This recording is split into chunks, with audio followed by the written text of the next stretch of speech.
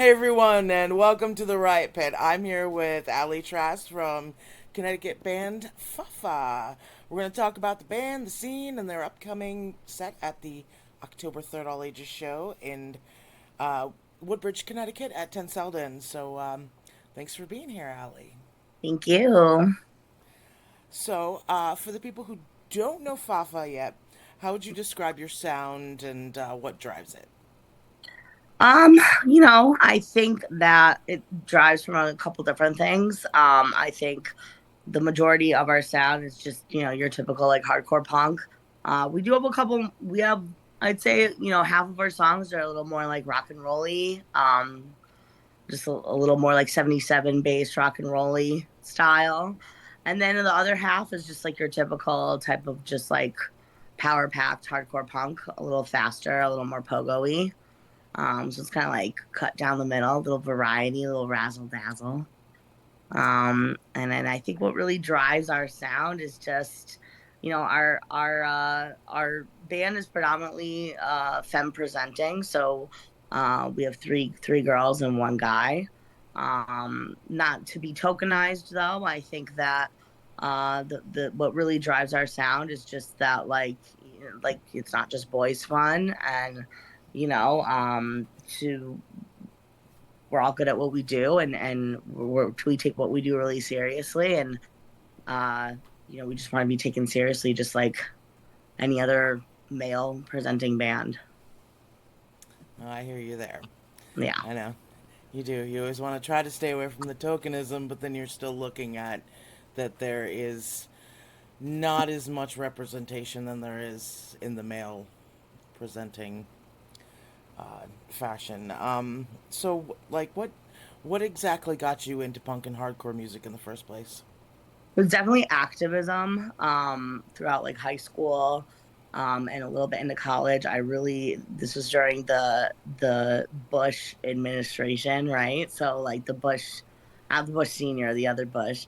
I really, really was into activism and I found punk through that and really got into a lot of like anarcho stuff very early on in like my punk days and realized that oh my god there's people that like think like me when it comes to like the system and when it comes to like our government and I'm not just like the crazy person that everyone thought I was growing up. There's actually like a whole other group of people that are like minded, and so that's what really like got me into punk was through activism. Yeah, I don't blame you. That era was particularly crazy. Lots of wars going on post Yep. 9/11. Yep. Uh, the housing market crashed, sent the economy in a whirlwind. I Yeah. mean, our age group went through high school, and then everything just kind of shit hit the fan, and you know, you're like you think the world's gonna be one way, and then it ends Yes. up not being that way. Absolutely. And you're just kind of like, oh, and now what now my generation's left to pick up the pieces. Well, let's talk about how fucked up this actually is. So, and I always had an authority problem growing up. So It's kind of yeah, hard not to. yeah, that part. So, like music wise, did you have any bands that really like blew your fucking mind when you were first getting into everything? Yeah, and I might get a lot of shit for this, but it was actually Crass. Ah, Crass, the Zounds, Flecks of Pink Indians, Cress, and a lot of like the nausea, a lot of like the anarcho type of stuff. Like I said, I got into pretty early on just because of how political it was. and like as far as all of you in the band, like how did you meet? Like how did you come together as a band? Yeah, so pretty much we all Ren was pretty much running Wham Leg. Her and Andreas were running Wham Leg at that moment, and Wham Leg uh used to be a Wallingford American Legion, was a place that I grew up going to shows. And then I moved to Philly for a while. And then when I moved back from Philly, I met Ren through Andreas when they took over Wham Leg, and started doing a lot at hanging out at the studio a lot, helping bartend shows, things like that at Wham Leg. And then Alex started coming through because she was in another band of Ren and Kevin's Ulterior Motif. So she started coming through, met her, and then Kevin. Kevin had just kind of been around for a while, him and his brother. His brother had tight connections with Red Scroll Records. And so he started coming around, and we actually first did a set with Sarah, who bartends at Cherry Street. We did an Egg Fits cover set. And that's kind of like how FaFa kind of started. And then we're like, let's actually start doing original stuff. So um, that's how FaFa was born. Okay. So the name. How did the name come about? Everyone, so we've gotten messages like from people like thinking it's like this profound thing. Someone thought it was like a Polynesian like uh polyamorous tribe or something. I'm like, honestly, it's a play on the word daddy. We were we were we were in the studio like just like fucking around, and we're like making daddy issue jokes because we all have daddy issues in the span. All right, so we're like, Fafa, don't leave me, like things like that, and we're like, oh, okay, that's gonna stick. So it's honestly, it's just Okay. a play on the word daddy. That's it. I gotta look into that polyamorous tribe thing now. I Yeah, don't somebody know. messaged us and I they're would like, just. just You wondering. might want to just start making stuff up, just random I things, and tell know. all sorts of people completely different things, Yeah, and then see if they make the connections. yeah, So, you're going to be playing the Hemlock Mouth Productions' next show at yep, Woodbridge, hmm, the 10 Selden place. yep. Um, I just wanted to, you know, we're making it an all ages show, and I just kind of wanted to get your take on, why it's so important for all of us to still have all ages shows, even though we are well over 21 years old. Definitely. It's probably one of the most important opinions I have still being in the scene, that all ages shows need to exist, because when you get into punk, you're not really in your mid 20s. It happens early on, and those shows are foundational for the youth. That's what keeps it going. You got to continue the cycle of helping the youth. Never gatekeep, right? When you see some young kids coming in, if you start gatekeeping and start just playing all bar shows, you're tapped out, honey. Like, then you shouldn't even be involved. I hate to say it like that, but all ages shows are so important for the youth, because that's when you really start to get into it. Um, they have to exist, or else punk can't exist. Bringing in the next generation, one after the other. Yeah, Because I know, I mean, I grew up at the LNG, and yeah. I was fortunate enough that the main area was all ages and the patio was all ages. They had a bar there, but if it wasn't both, I don't even know if I'd even be in this right now Me at either. all.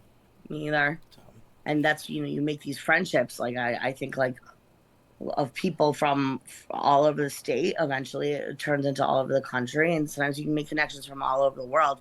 That stems from all ages shows. That's the beginning point. And punk, I really don't think can exist without all ages shows. I also wanted to, we talked about some things, you getting into the anarcho stuff that, we have a debate with people, and they're always saying, punk's not political, and what does it mean in 2025 to be punk, and does it have a meaning? I think that, punk is definitely over the years, even when we got into it, it was well past the 70s, right? I think punk has definitely gotten oversaturated with all different beliefs, and and that's fine. That's the way the cookie crumbles sometimes. But I think for me, I can't speak for everybody and for everyone's lived experience, but for me personally now, it's punk for me is to take care of my immediate community. Um, is to be involved in, you know, using my social, because my background's in social work, to have my social work skills and my knowledge of this and that to take care of my immediate community. Maybe it's not going to be on the grand scheme of things like it was when I was a big activist in college, But right now, punk for me is community.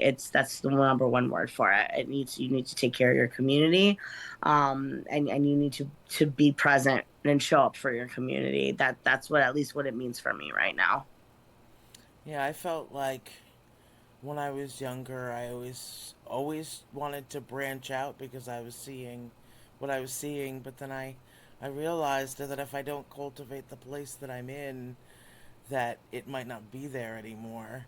Right, And right. the And older I sometimes get, I think that way. me too. It's definitely the older I get. I'm not trying to save the world anymore. I'm not.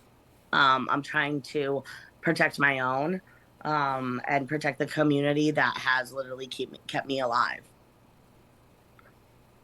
So, do you see FaFa as carrying any specific messages, like in your music, or is it more about just creating a space for just people around you to release and have a good time?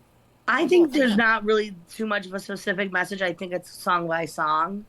Um, one message I think we do convey is in a song that we call 54342, because that's just I think that's pretty. That's like what the Bren and Kevin have. It's something to do with the guitar and the bass. But basically, it's about all of our dead friends.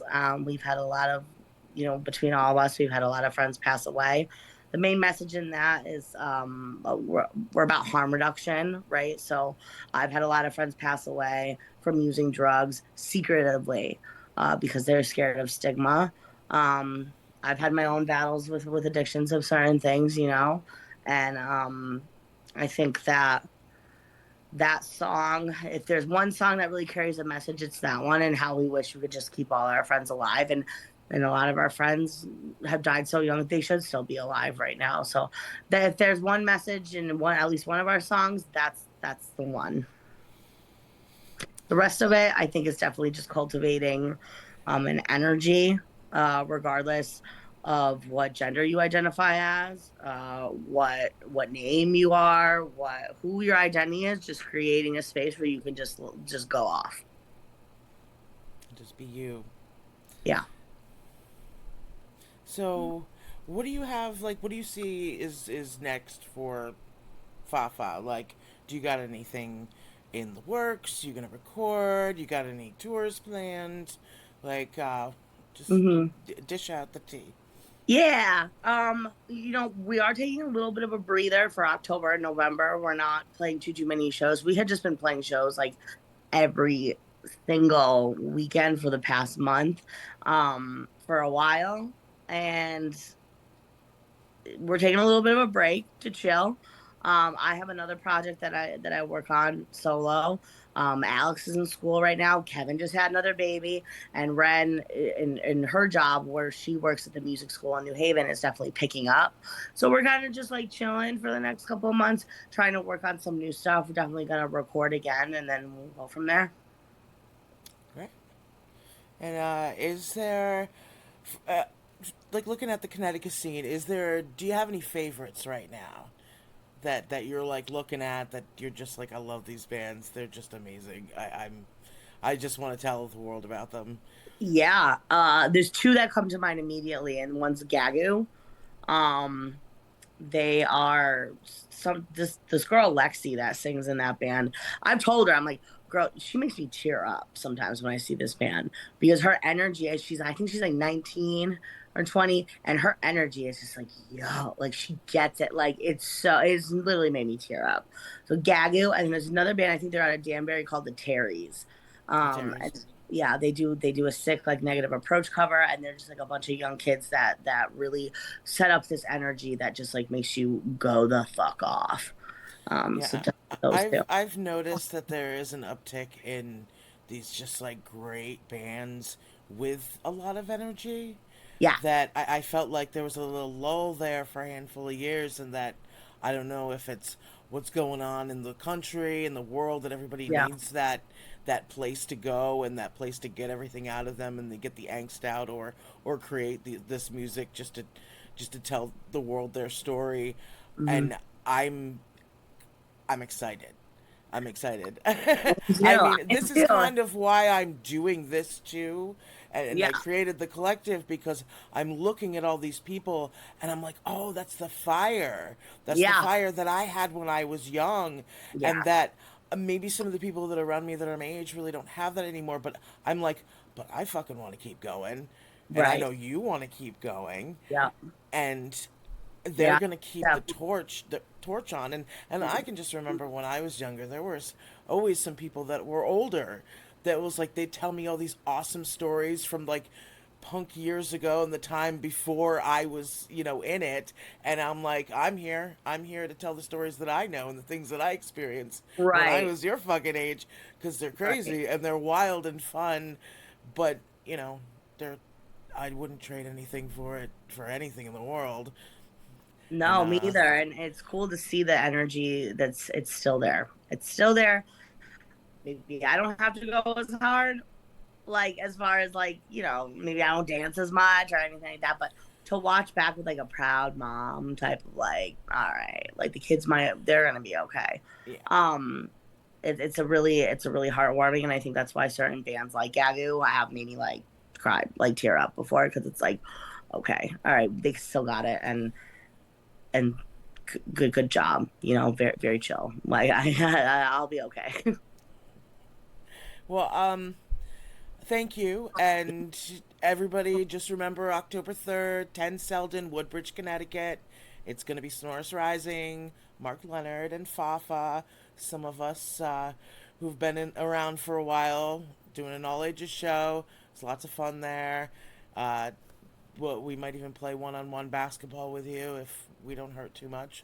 Yeah. And, eat some of their food, make them some money, and listen to the bands and have fun with each other. And for those of you who are over 21, you can bring your own booze in with an ID. Hmm. And yeah, thanks again, Allie. I'm so glad that you uh, set up the time with us to do this. And farewell. And this was our first interview on the Riot Pit. Yay. Well, thank you again for having me, and yeah, we'll see y'all October 3rd.